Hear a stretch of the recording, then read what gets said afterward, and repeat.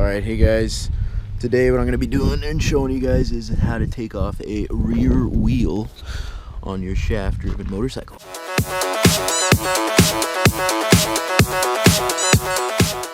Motorcycle that has a shaft driven, so that means that you don't have any sprocket and you do not have a chain. You'll have something that looks like this that has your gear oil, which goes in right there.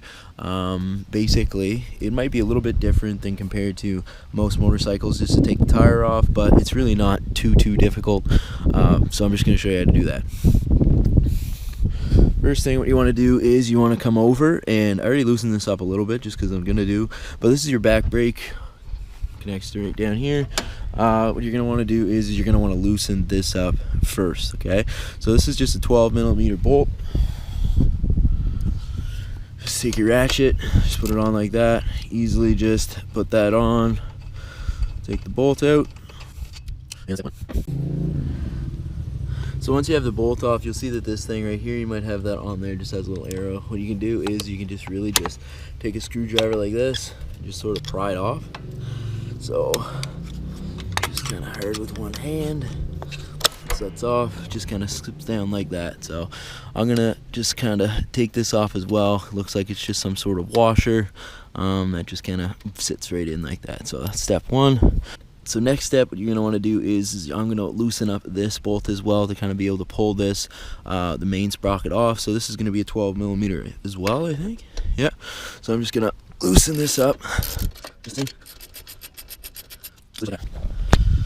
So now you also have this main bolt, which is right here. I actually have a socket set, and the socket that I need actually didn't come with it. I need a 24-inch deep socket. I guess the deep socket's probably the best. It's just for my impact winch. It's a 1/2 inch. If you guys don't have this, you might have to pick it up. But anyway, so you just put it there. So now just becomes probably the most difficult part of this. Obviously, if you need some sort of jack stand as well. I'm using the center stand on my bike because I'm lucky enough to have one. Obviously, while I'm taking the wheel off too, just to show you guys how bald this tire is. There's some cracks in it as well. That being said, why you want to, again, I showed you guys how to loosen this bolt up. Right? You just take that off if you want. It's not that big of a deal, but it's already loose. I'm just gonna kind of leave it in there. There's this little thing right here, just like a big main bolt. You can do it two ways. The way I'm just gonna do it is take a hammer, and basically once you hit this, it'll start just kind of coming out. Now the only problem with this is you're gonna have to kind of use your two hands to kind of get it out. And if you have some sort of lift on this as well, if you have some sort of maybe I might use this box to kind of lift the back tire up just to get it off, so it makes it easier for this to go down, because obviously gravity is working against this tire to kind of push it down, so it's going to make it harder for you to hit that through.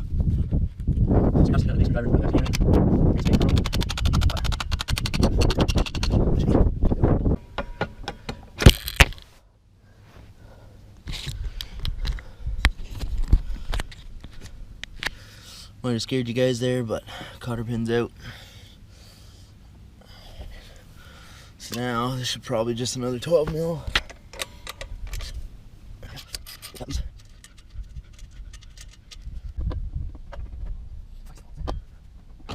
What I needed to do, and I guess basically all I had to do is sort of just shimmy it off the gears that are in there. So I'll just pull this tire out for us now.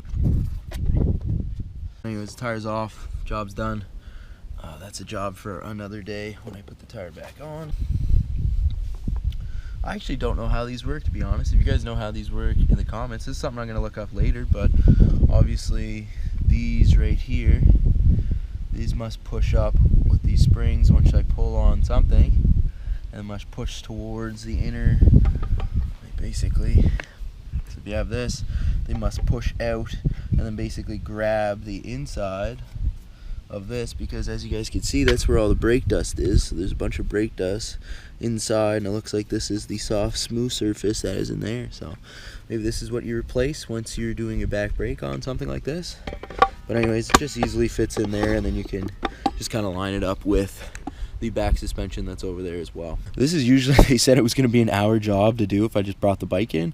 That took me all of probably 7 minutes with videotaping this. So save yourself some money, try to do this at home. If it looks like something you can't do because it's something or something that's not normal, guess what, it's pretty easy to do. So, and again, to put this back on, once your tires change, you just kind of do the opposite. So might be a little bit of kind of shimmy in to get it into the right place. You might need someone else to help you put the bolt in, but I'm sure I'll be able to figure it out myself as well. But tires off, and if you guys just want to look, that's what the inside of the old shaft drive looks like. So anyways, hope you guys enjoyed this video. If you did, if it helps you guys out, that's awesome. Give it a like up, subscribe for more, and as always, let's play it off with some music.